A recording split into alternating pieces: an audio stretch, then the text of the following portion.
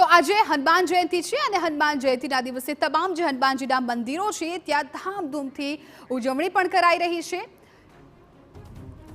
બોટાદમાં શાસ્ત્રી હરિપ્રકાશ સ્વામીની તમામ મતદારોને અપીલ છે। લોકશાહીની પર્વમાં તમામ લોકો મતદાન કરે તેવી અપીલ કરવામાં આવી છે। જેમણે રામને અયોધ્યામાં બિરાજમાન કર્યા તેમને લાવીશું તેવું શાસ્ત્રીજીએ કહ્યું છે। જેમણે સનાતન ધર્મનો પ્રચાર કર્યો છે તેમને મત આપજો તેવું કહ્યું। વર્ષો પછી ભગવાન શ્રી રામને મંદિરમાં બેસાડ્યા, કોઈ પણ વિવાદમાં પડ્યા વગર તમામે સનાતન ધર્મનું સ્વમાન કર્યું છે।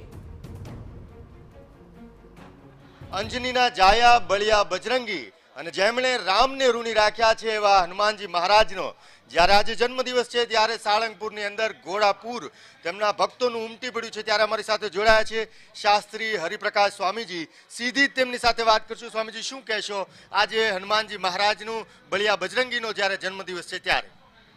આખી દુનિયાની અંદર એક નિર્વિવાદ અને બધાને જેના પર ભાવ થાય એવા એક છે, એનું નામ હનુમાન છે। અને દાદાનું ધામ એટલે સાળંગપુર કષ્ટભંજન દાદાનું ધામ।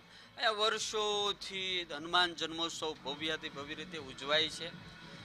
આજે લાખોની સંખ્યામાં આજે ભક્તો આવ્યા છે, એ માત્ર ને માત્ર આજે દાદાને હેપી બર્થડે ટુ યુ કહેવા આવ્યા છે, દાદાના દર્શન કરવા આવ્યા છે અને દાદાની કૃપા અને આશીર્વાદ પ્રાપ્ત કરવા આવ્યા છે।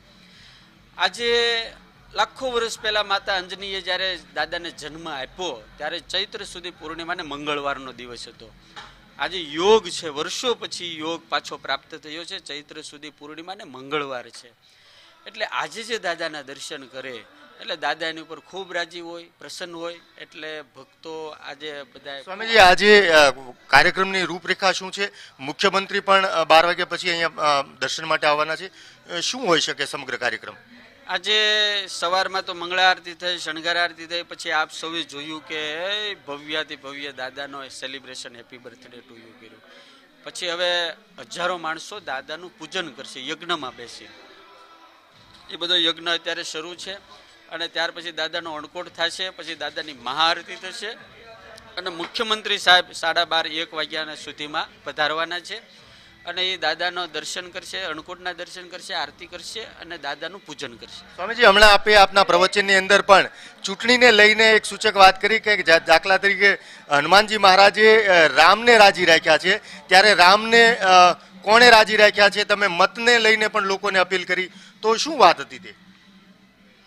આપણે બધા જેટલા સનાતન હિન્દુ સંસ્કૃતિના જે સમાજના જે હિન્દુ લોકો છે એને આજે આમ છાતી આમ છોડી થઈ રહી છે, ગૌરવ થઈ રહ્યું છે કે અમારા રામ વર્ષો પછી જન્મભૂમિની અંદર બેઠા।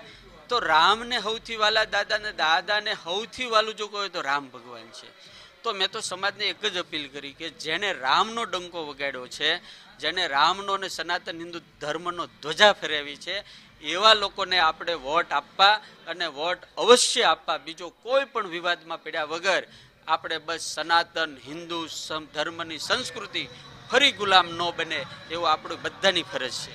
આ હતા શાસ્ત્રી હરિપ્રકાશ સ્વામીજી। તેમનું સ્પષ્ટ કહેવું છે કે આજે હનુમાનજી મહારાજનો જ્યારે જન્મ દિવસ ઉજવણી થઈ રહી છે, ઘોડાપુર અહીંયા માનો મહેરામણ ઉમટી પડ્યું છે, તમામ પ્રકારની વ્યવસ્થા થઈ ચૂકી છે। મુખ્યમંત્રી પણ થોડી વારમાં 12 વાગ્યા સુધી પધારવાના છે, ત્યારે સનાતન ધર્મની જેમણે ધજા ઊંચી કરી છે તે લોકોને મત આપવા તેવું પણ તેમણે વાત કરી છે। અજીત ગઢવી, TV9 ભાવનગર।